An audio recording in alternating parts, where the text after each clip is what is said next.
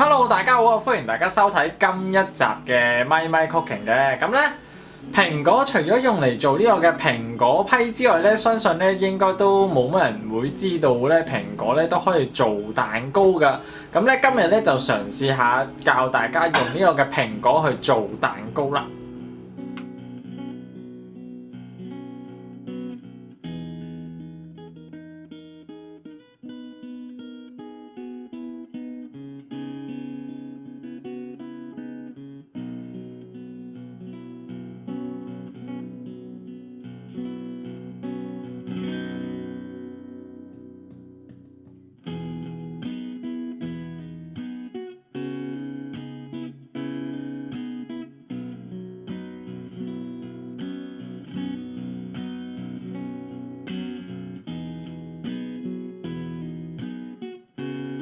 首先呢，就將無鹽牛油呢就放喺室溫嗰度等佢軟化先嘅。之後呢，就將低筋麵粉過篩一次啦。然後呢，就將其中一個蘋果呢切薄片啦。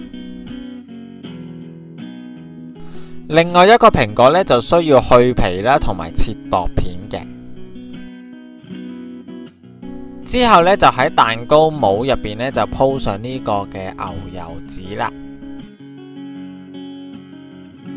最後呢，就預熱焗爐去到160度啦。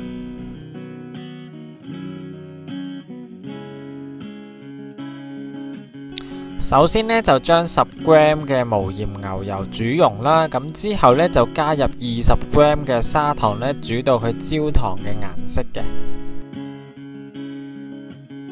跟住呢，就加入已經去咗皮嘅蘋果片呢，就用中火煮佢3分鐘啦。之後呢，就畢起佢，等佢攤凍啦。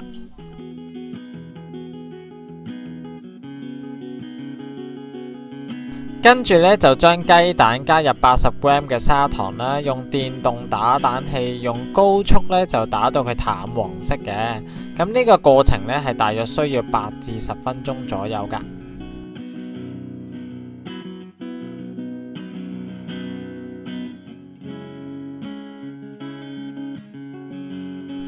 之後呢，就加入已經軟化咗嘅無鹽牛油呢，用電動嘅打蛋器呢，就轉用中速去撈勻佢嘅。咁大概撈到佢呢冇晒好大塊嘅無鹽牛油呢，就已經可以噶啦。咁呢個過程呢，就大約1分鐘左右啦。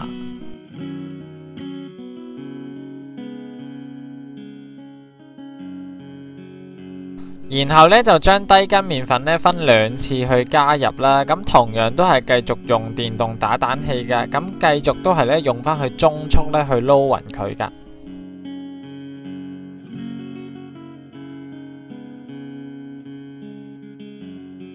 之後呢，就加入焦糖蘋果啦，咁轉用膠刮去撈勻佢嘅。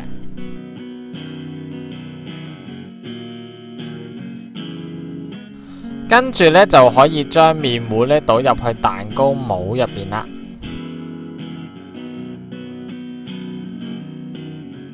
然之後呢，就喺蛋糕表面呢，就鋪上呢個嘅蘋果片啦。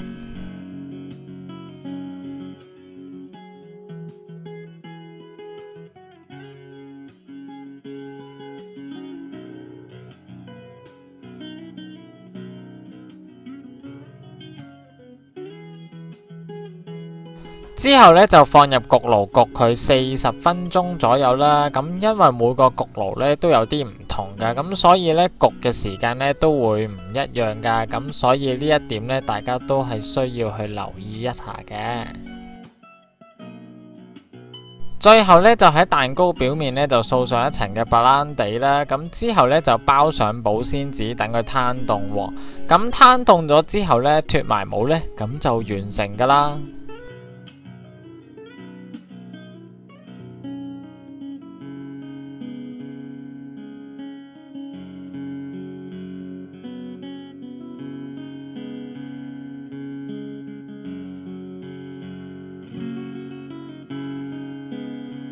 好啦，又再一次失誤嘅關係呢，咁所以呢，今一集呢就冇咗呢個嘅試食嘅片段㗎，真係好可惜啊！咁呢都唔緊要，咁啊希望大家中意今次嘅分享啦，亦都同時繼續收睇我嘅咪咪 Cooking 啦。好啦，我哋下一集見啦，拜拜！當然要記得 check out 我 Facebook page 同埋 Instagram 啦。